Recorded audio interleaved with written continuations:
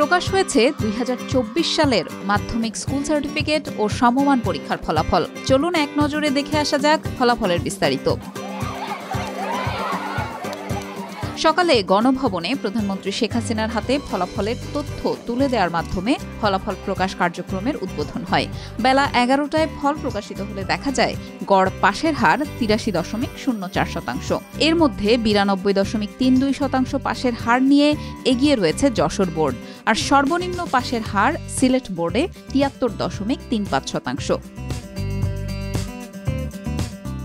বাকি বোর্ডগুলোর মধ্যে ঢাকা বোর্ডে পাশের হার 89.32%, রাজশাহী বোর্ডে 89.25%, বরিশালে 89.13%, ময়মনসিংহে 84.97%, চট্টগ্রামে 82.80%, কুমিল্লায় 79.23% এবং সর্বশেষ দিনাজপুর বোর্ডে 78.40%।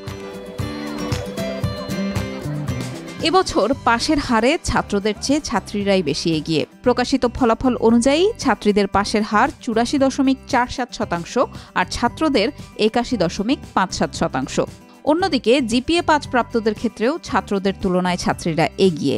জিপিএ 5 পাওয়া শিক্ষার্থীদের মধ্যে ছাত্রী 98,776 জন আর ছাত্র 83,353 জন।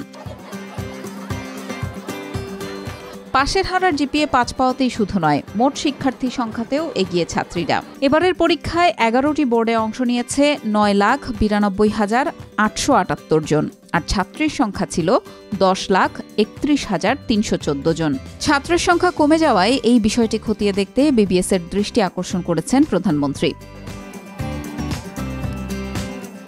11টি শিক্ষা বোর্ডের অধীনে এবছর 20,24,192 জন পরীক্ষার্থী এসএসসি ও সমমানের পরীক্ষায় অংশ নিয়েছিলেন।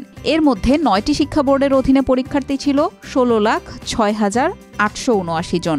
মাদ্রাসা বোর্ডের অধীনে দাখিল পরীক্ষার্থী মোট 2,42,314 জন এবং কারিগরি বোর্ডের অধীনে পরীক্ষায় অংশ নিয়েছেন 1,26,373 জন।